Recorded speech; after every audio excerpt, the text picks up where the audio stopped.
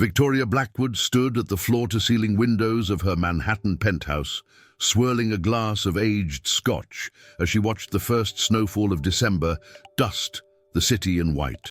Her perfectly manicured fingers tightened around the crystal tumbler as she contemplated her son's latest disappointment. "He's throwing everything away, Richard," she said to the portrait of her late husband hanging above the marble fireplace. "All our hard work, our legacy, for what? To play photographer in the slums." The thought of Alexander, her only son, spending his days documenting homeless communities instead of taking his rightful place at Blackwood Industries made her blood boil. At 32, he should have been sitting on the board, not crouching in dirty alleyways with his camera. The intercom buzzed, interrupting her brooding. "Mrs. Blackwood, Mr. Alexander has arrived. Send him up, Marion." Victoria straightened her Chanel blazer and positioned herself strategically by the fireplace. Everything in life was about power dynamics, and she had learned long ago that proper staging was essential for maintaining control. Alexander stepped out of the elevator, his casual attire a stark contrast to the penthouse's opulent decor. His worn leather camera bag hung from his shoulder, and his usually neat hair was tousled from the wind.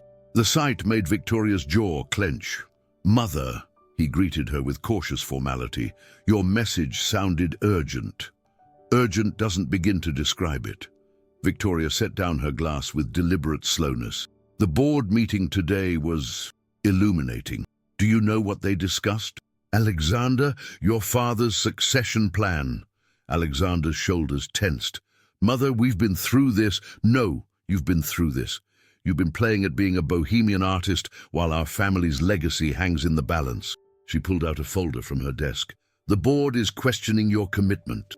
Without a clear successor who embodies Blackwood values, they're considering outside leadership." "Maybe that's not such a bad thing," Alexander challenged, his voice quiet but firm. "The company could benefit from fresh perspectives." Victoria's laugh was sharp enough to cut glass. "Fresh perspectives. Your father built this empire from nothing. He sacrificed everything to ensure our family's position, and you want to hand it over to strangers." She moved closer, her Louboutins clicking against the marble floor. "But I've found a solution, one that will secure your position and the company's future." Alexander's eyes narrowed. "What kind of solution?" Victoria smiled, the expression not quite reaching her eyes. "Marriage, darling, to someone who understands our world, our responsibilities. Caroline Montgomery's daughter." "Stop." Alexander held up his hand. "I'm not interested in an arranged marriage, Mother. My work is important. These people I photograph, their stories need to be told." "Their stories?" Victoria's voice turned arctic. "What about our story, Alexander? What about the thousands of employees who depend on Blackwood Industries? The philanthropic foundations your father established?" She paused, changing tactics. "You want to help people? Fine. Take your place at the company. Use our resources, our influence. You can do more good from the boardroom than you ever could with that camera." Alexander shook his head, turning toward the elevator. "I won't be manipulated into—" "You have until Christmas," Victoria announced. "Until," making him freeze mid-step. "Either you agree to marry someone suitable and take your place at the company, or I'll be forced to invoke the contingency clause in your trust fund." The silence that followed was deafening. Alexander slowly turned back, his face pale. "You wouldn't." "The clause is clear. The board must approve of the heir's lifestyle choices. If they don't," Victoria spread her hands, "all those projects you fund, all those homeless shelters and soup kitchens you support with your trust fund, what would happen to them without your monthly distributions?" Alexander's hands clenched into fists. "This is low, even for you. This is business, darling, and it's time you learned how it works." Victoria picked up her scotch again.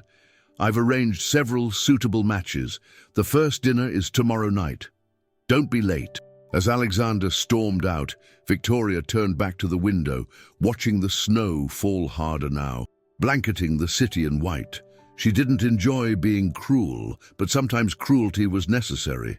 Alexander would thank her one day, once he understood that privilege came with responsibility. What Victoria Blackwood didn't know was that her ultimatum was about to set in motion a chain of events that would shake the very foundation of everything she believed in. For across the city, in a very different part of Manhattan, someone else was about to make a decision that would change all their lives forever. Little did she know that her perfectly orchestrated plan was about to collide with a force she never saw coming, one that would teach both mother and son the true meaning of value, worth, and love. This story will show you that sometimes life's greatest blessings come in unexpected packages.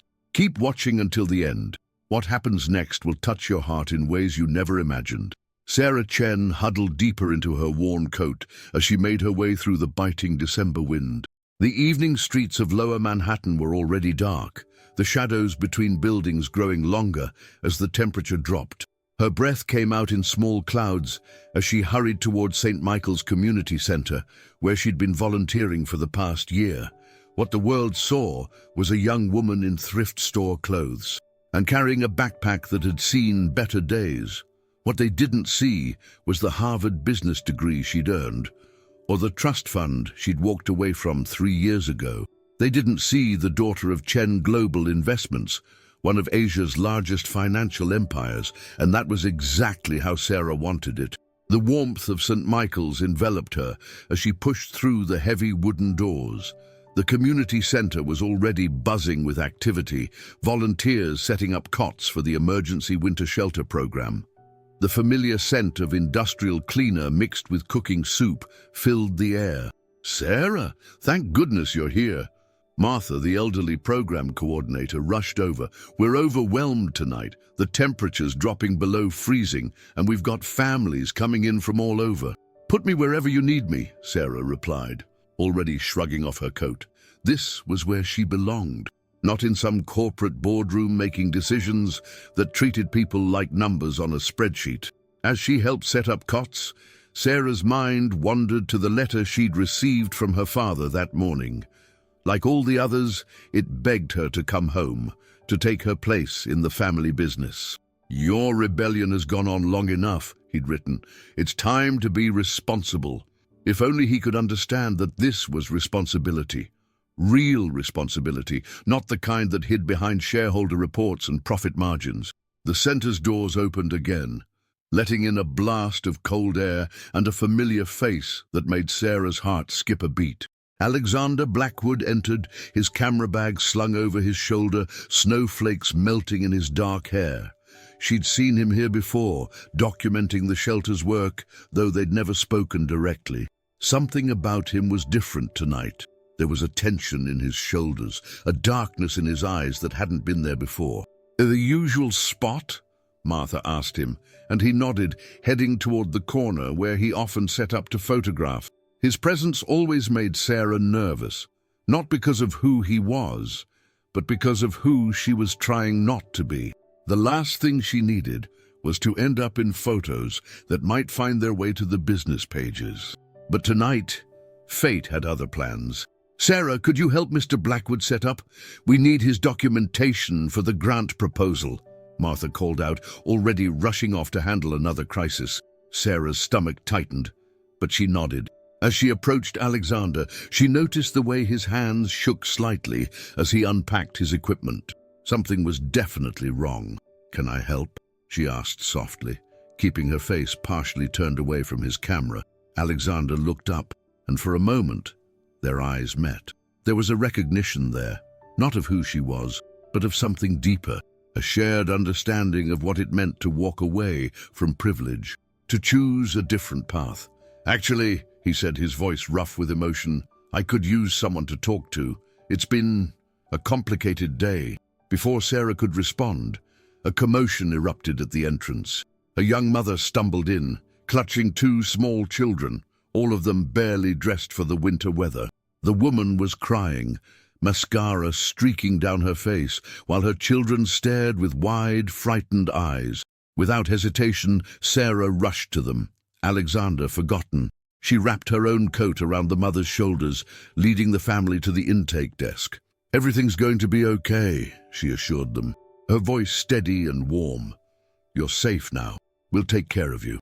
Alexander watched through his camera lens as Sarah worked, capturing the moment she knelt to eye level with the youngest child, producing a chocolate bar from her backpack with a gentle smile. There was something about her, a grace, a quiet dignity that seemed at odds with her shabby clothes. As he photographed the scene, his mother's ultimatum echoed in his mind. "Marry someone suitable, someone who understands our world." He lowered his camera, watching Sarah comfort the family with natural ease. What defined suitable? What made someone worthy of the Blackwood name? The evening progressed, and Alexander found himself drawn into Sarah's orbit. She moved through the shelter with purpose and authority, solving problems, coordinating volunteers, knowing exactly what needed to be done. It was leadership, he realized, but not the kind his mother would recognize. During a quiet moment as they worked together organizing donations, Alexander found himself opening up about his mother's ultimatum. "She's threatening to cut off my trust fund," he admitted, sorting through a box of winter clothes. "Not for me. I don't care about the money, but I use it to fund programs like this. Without it..." Sarah's hands stilled on the sweater she was folding. She knew all too well the weight of walking away from family wealth, the cost of choosing principle over privilege. "Sometimes," she said carefully, "the right path isn't the easy one. But what about the people who depend on that money?" Alexander ran a hand through his hair in frustration. "The programs, the shelters, I can't just abandon them." Sarah was about to respond when Martha approached them, her face grave. "Sarah, dear, could you come with me? There's something you need to see." In the office, Martha showed them a newspaper article on her computer. Sarah's breath caught as she saw the headline, "Chen Harris still missing after 3 years." Below it was a photo of her at her college graduation, dressed in designer clothes, her hair perfectly styled. A ghost from another life. Alexander leaned in to read, his eyes widening as he looked between the photo and Sarah. The pieces started falling into place, her command presence, her understanding of complex logistics, the way she avoided his camera. "Sarah Chen," he breathed, "everyone thinks you're missing." "I'm not missing," she replied quietly. "I'm exactly where I need to be." But as the words left her mouth, Sarah knew her carefully constructed world was about to change. The article mentioned that Chen Global was expanding its search, hiring private investigators. It was only a matter of time before she was found, unless an idea began to form in her mind. Crazy, impossible, but potentially perfect. She looked at Alexander, saw the same desperate need to protect what they'd built here, to continue their work despite their family's expectations. "I think," she said slowly, "I might have a solution to both our problems." What she was about to propose would either save them both or destroy everything they'd worked for. But as Sarah looked around the shelter at the people they helped, the lives they touched, she knew some risks were worth taking. The snow continued to fall outside, blanketing the city in white, while inside St. Michael's, 2 souls from different worlds were about to forge an alliance that would shake the foundations of both their families' empires. This journey of love and redemption is just beginning. Subscribe now to never miss stories that remind us what truly matters in life. Hit that subscribe button to join our family of storytellers. The private room at Le Bernardin was exactly the kind of place Sarah Chen had spent 3 years avoiding. Crystal chandeliers cast a warm glow over white tablecloths and silver place settings, while well-heeled patrons discussed business deals over $100 glasses of wine. She felt painfully out of place in her thrift store clothes. But Alexander had insisted on meeting here. "My mother always has lunch here on Thursdays," he explained, leading her to a corner table. "We need her to see us together, but it has to look accidental." Sarah's hands trembled slightly as she sat down. Their plan was audacious, perhaps even crazy, but it made a certain kind of sense. A marriage of convenience that would satisfy both their families while allowing them to continue their work with the homeless community. "Are you sure about this?" Alexander asked, his voice low and serious. "Once we start, there's no going back. My mother, she's not an easy woman to fool." Sarah thought about the article, about the private investigators her father had hired. "I'm sure. My father won't stop looking for me, and your mother won't stop pressuring you. This way, we both get what we want." A waiter approached with menus, and Alexander ordered wine with the ease of someone born to privilege. Sarah watched him, noting how he wore his wealth like a comfortable old coat, present but not defining. It was different from the aggressive opulence she'd grown up with at Chen Global. "Tell me about your mother," Sarah said, carefully unfolding her napkin. "What are we up against?" Alexander's laugh held little humor. "Victoria Blackwood wrote the book on corporate manipulation. She'll investigate you thoroughly once she notices us together. We need to make our story bulletproof."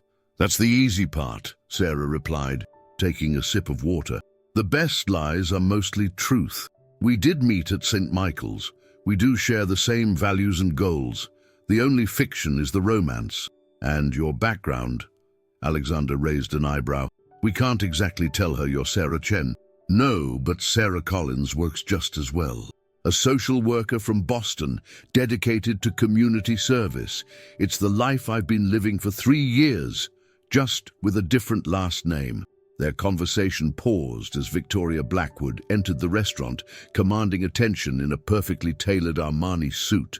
Alexander tensed, but Sarah reached across the table and took his hand, an intimate gesture that would be visible from the entrance. Victoria noticed them immediately. Sarah could feel the weight of her assessment, the quick calculation happening behind those shrewd eyes. Right on cue, Alexander lifted Sarah's hand to his lips, playing his part perfectly. The trap was set. Later that evening, in the relative privacy of Alexander's loft, they refined their plan. The space was a surprise. Not the luxury penthouse she'd expected, but a converted industrial space filled with his photography. Images of homeless communities covered the walls, telling stories of struggle and resilience. "These are beautiful," Sarah said, studying a particularly moving portrait of an elderly man sharing his sandwich with a stray dog. "You really see them, not just their circumstances, but their humanity." "That's why I can't give this up," Alexander replied, his voice thick with emotion. "These stories need to be told. But without the trust fund, we won't let that happen," Sarah assured him. She pulled out her laptop, opening a spreadsheet she'd created. "I've analyzed both our situations. With my background in finance and your connections, we could actually expand the programs at St. Michael's, create a real foundation for sustainable change." Alexander studied her face in the dim light. "Why did you really leave Chen Global?" Sarah was quiet for a long moment, collecting her thoughts. "There was this development project in Singapore. Luxury condos. My father wanted to demolish a historic neighborhood, displacing hundreds of families. He called it progress. I called it destruction. When I opposed it at the board meeting, he told me I was naive, that business wasn't about people, it was about profit." She stood, walking to the window. "The next day, I emptied my personal accounts, packed a bag, and disappeared. I couldn't be part of a system that valued money over humanity." "And now you're willing to marry a stranger to protect your anonymity?" Alexander asked softly. Sarah turned back to him, her expression determined. "I'm willing to partner with someone who shares my values to protect the work we both believe in. It's not just about hiding anymore. It's about creating real change." Their conversation was interrupted by Alexander's phone. His mother's name flashed on the screen. "Right on schedule," he muttered, then answered, "Hello, Mother." Sarah could hear Victoria's crisp tones through the speaker. "Darling, I saw you at Le Bernardin today. Your companion was interesting, not quite what I had in mind for the Blackwood name." "Her name is Sarah Collins," Alexander replied, winking at Sarah. "She runs programs at St. Michael's Community Center, and she's brilliant." "A social worker?" Victoria's disdain was palpable. "Really, Alexander, if you're trying to spite me—" "Actually, Mother, I'd like you to meet her properly. How about dinner tomorrow night?" There was a long pause. "Very well, 7 o'clock. Don't be late." After he hung up, Sarah and Alexander looked at each other, the weight of what they were attempting settling over them. "Tomorrow night," Sarah said quietly, "I become Sarah Collins for good." "Are you ready for this?" Alexander asked. "My mother will do everything she can to discredit you, to prove you're not good enough for the Blackwood name." Sarah's smile held a hint of irony. "What she'll find is a dedicated social worker with a modest background and a passion for helping others. The perfect story of a woman who humanized the privileged heir and turned him toward philanthropic pursuits. The press will love it. And if she digs deeper, Sarah Collins exists. I created her 3 years ago, complete with a background that will hold up to scrutiny. Harvard social work program records, apartment leases in Boston, even a cat I supposedly left with my fictional aunt. Your mother's investigators will find exactly what we want them to find." Alexander shook his head in amazement. "You really thought of everything?" "I had to," Sarah replied simply. "My survival depended on it." As they worked late into the night, perfecting their story and planning their strategy, neither of them noticed the black sedan parked across the street, or the man inside taking photographs. Neither of them knew that at that very moment, in a luxury office in Hong Kong, Sarah's father was receiving an alert that would change everything. The game they were playing was dangerous, and the stakes were higher than either of them realized. But as they finally said goodnight, their fake relationship already feeling surprisingly real, both Sarah and Alexander knew there was no turning back. Tomorrow, they would face Victoria Blackwood together, but someone else was also coming for them.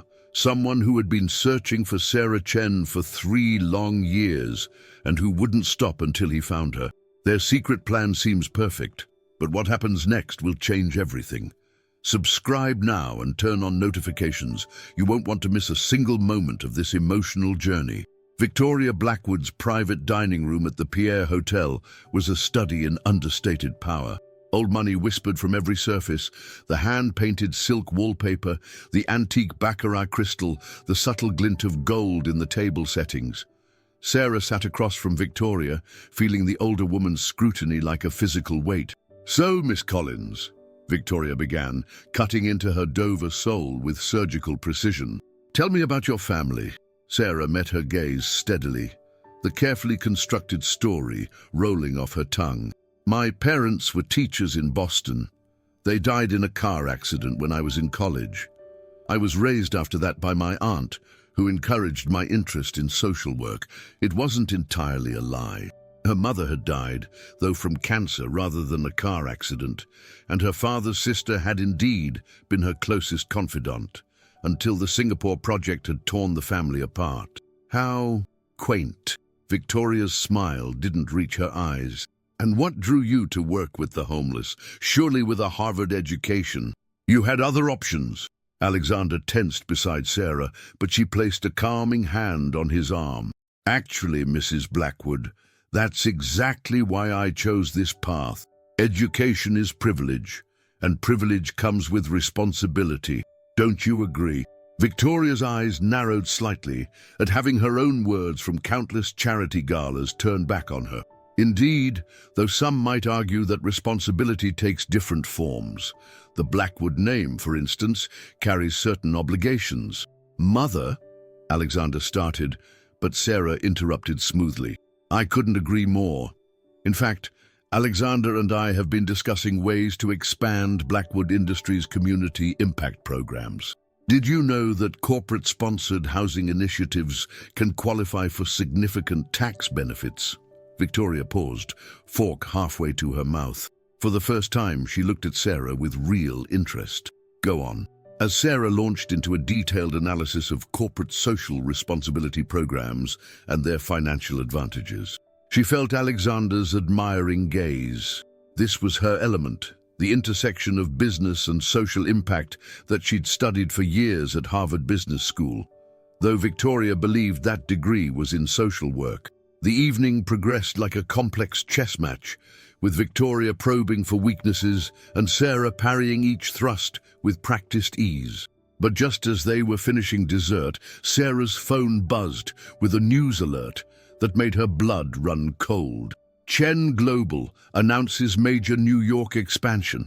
Below the headline was a photo of her father, looking older than she remembered, announcing the company's plans to open a Manhattan headquarters. The article mentioned that James Chen would be personally overseeing the transition, arriving in New York next week. Sarah's hand trembled as she slipped the phone back into her purse. Her father wasn't just sending investigators anymore, he was coming himself. "Are you all right, dear?" Victoria's voice cut through her panic. "You look rather pale." "Just a bit overwhelmed," Sarah managed to smile. "It's not every day you have dinner with Victoria Blackwood."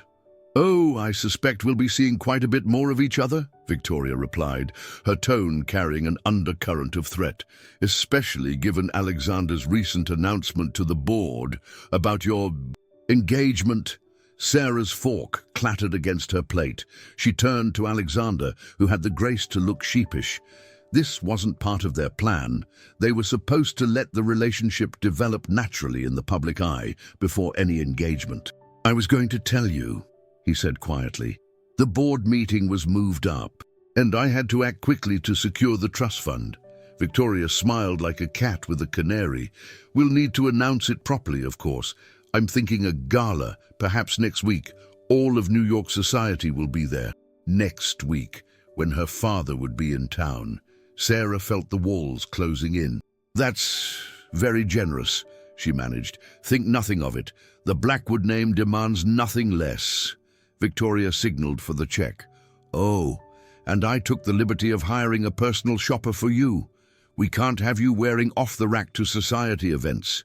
The car will pick you up tomorrow at 9. As they left the restaurant, Alexander pulled Sarah into an alcove. "I'm sorry about the engagement announcement. I panicked. The board was talking about transferring control of the foundation funds immediately." "It's fine," Sarah said, though they both knew it wasn't. "We knew this would happen eventually. We just need to accelerate our timeline." "Sarah," Alexander's voice was gentle, "I saw the news about Chen Global. Your father will be here next week, at the same time as our engagement gala." Sarah laughed, a slightly hysterical edge to the sound. "Where all of New York society will be present, including, I'm sure, anyone who might recognize Sarah Chen. We could call it off," Alexander suggested. "Find another way." Sarah shook her head. "There is no other way.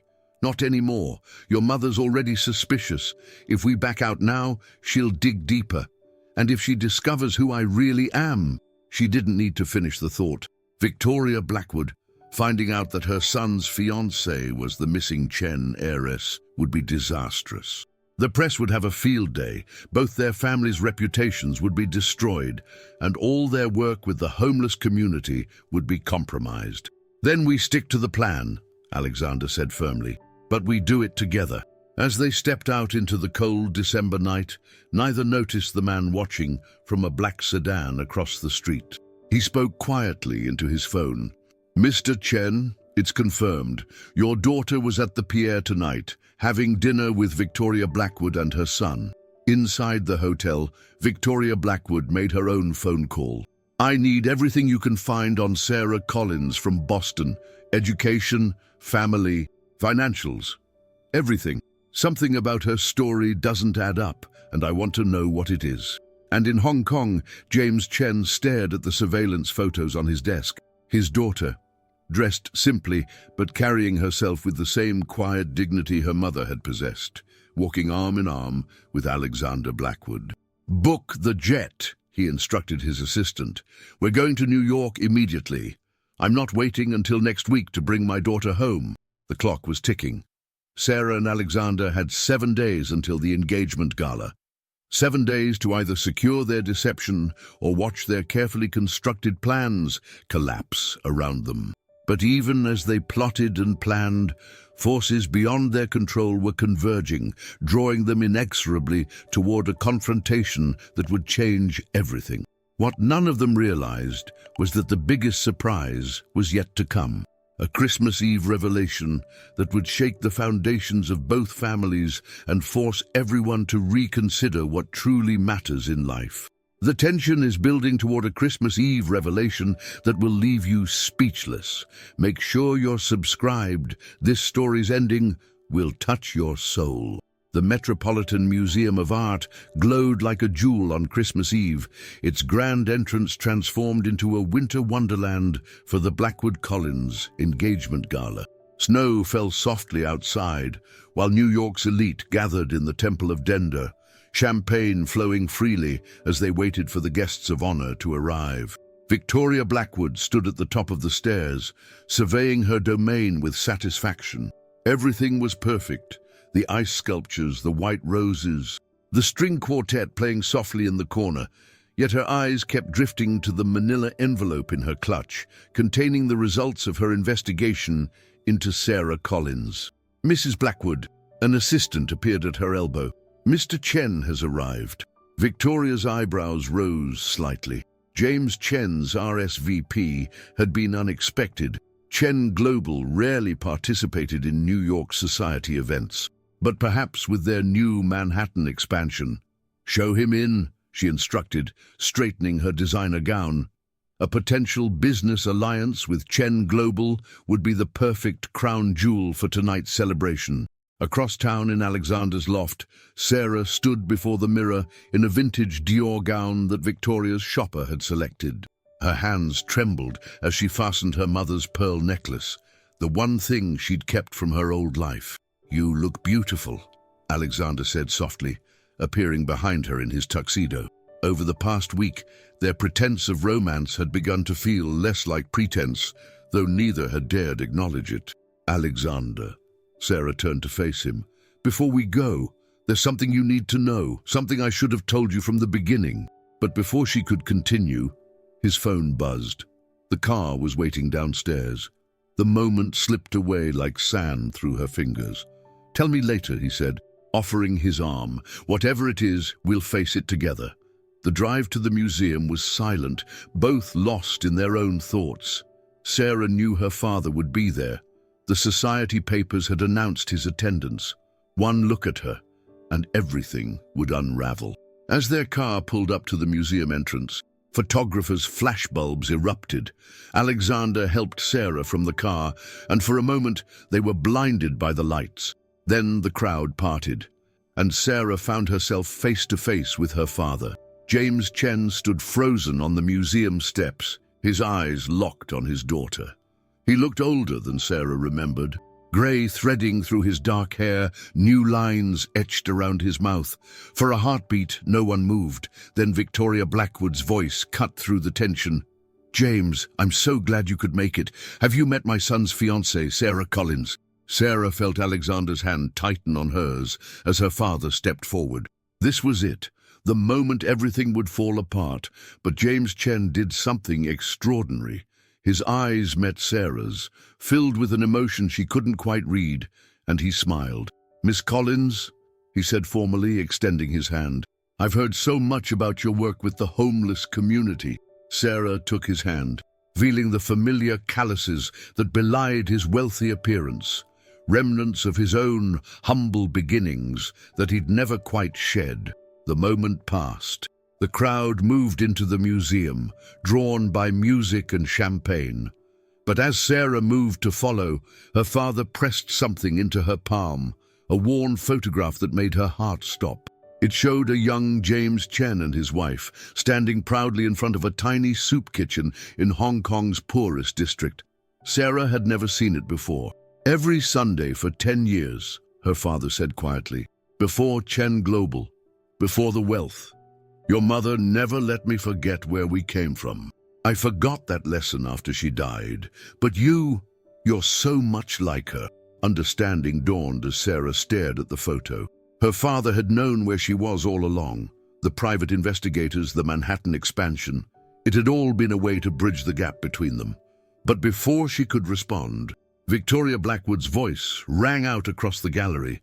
"Ladies and gentlemen, if I could have your attention." She stood on the museum's central platform, the manila envelope now open in her hands. "We're here tonight to celebrate not just an engagement, but a union of values. When I first met Sarah Collins, I had my doubts, a social worker, hardly Blackwood material. The crowd chuckled appreciatively. Sarah felt her heart racing as Victoria continued. So I had her investigated, as any responsible mother would. And what I discovered, Victoria paused dramatically, was extraordinary. Sarah tensed, ready for exposure, for scandal.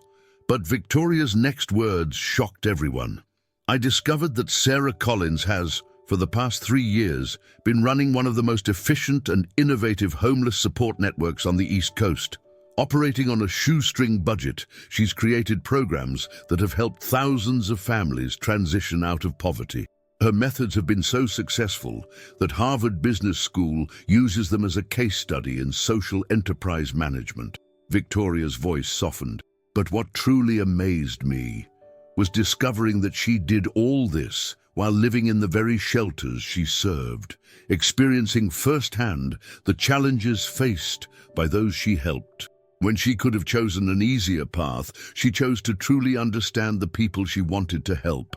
Sarah felt tears welling in her eyes as Victoria turned to face her directly. My son once told me that real value isn't measured in dollar signs.